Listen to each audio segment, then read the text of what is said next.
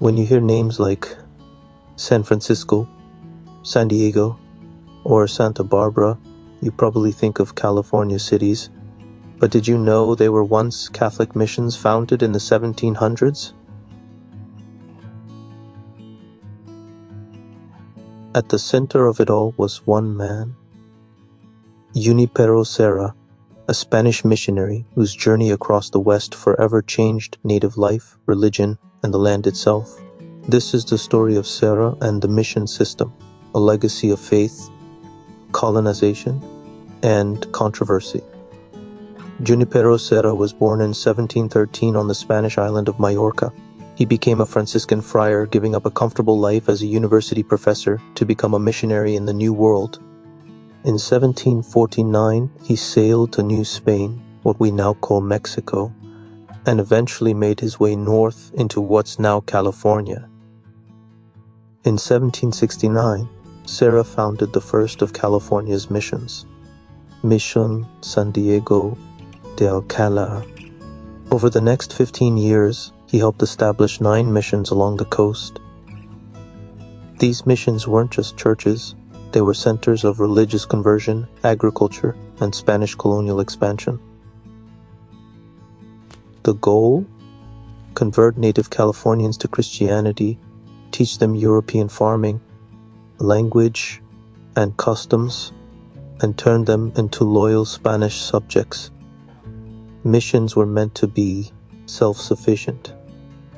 Natives worked the land, built the structures, and helped maintain the mission communities, often under strict control by the missionaries. Life at the missions followed a strict routine: prayer, labor, instruction, and often limited the freedom of the native people who lived there. What started as a religious effort soon became part of a larger system of colonization. For native Californians, the mission system brought profound and painful change. While some came to the missions willingly, many were pressured or forced to stay. Once baptized, native people weren't allowed to leave, and mission life became one of strict discipline and control. They were required to follow a tight schedule of prayer, labor, and religious instruction, often losing touch with their languages, traditions, and spiritual practices. The missions also became hotspots for disease, like smallpox and measles, which devastated native communities. Some estimates say tens of thousands of native Californians died during the mission era. In 2015, JUNIPERO SERRA was canonized as a saint by Pope Francis, the first Catholic saint declared on U.S. soil. For many Catholics, this was a moment of celebration, recognizing SERRA's dedication to spreading the gospel and building the foundation of the Catholic Church in California. But not everyone saw it that way. SERRA's sainthood created deep controversy. Critics, including many native groups and historians, argue that SERRA helped establish a system that led to the destruction of native cultures and the suffering of indigenous people. In recent years, some of SERRA's statues have been defaced or removed as part of a broader reckoning with historical figures connected to colonization and oppression. The debate over SERRA's legacy raises difficult questions.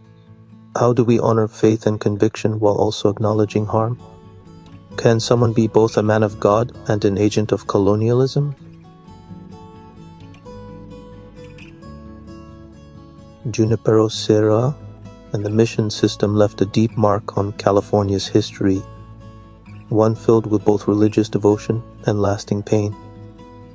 SERRA's legacy is complicated. He was a man of faith, driven by a mission to evangelize. But that mission was part of a colonial system that disrupted native lives, cultures, and land. The story of the missions isn't just about churches or saints. It's about how religion, empire, and indigenous resistance shaped the early American West. As we look back, we're left with a question: how should we remember someone like SERRA? As a spiritual pioneer, a colonizer, or something in between?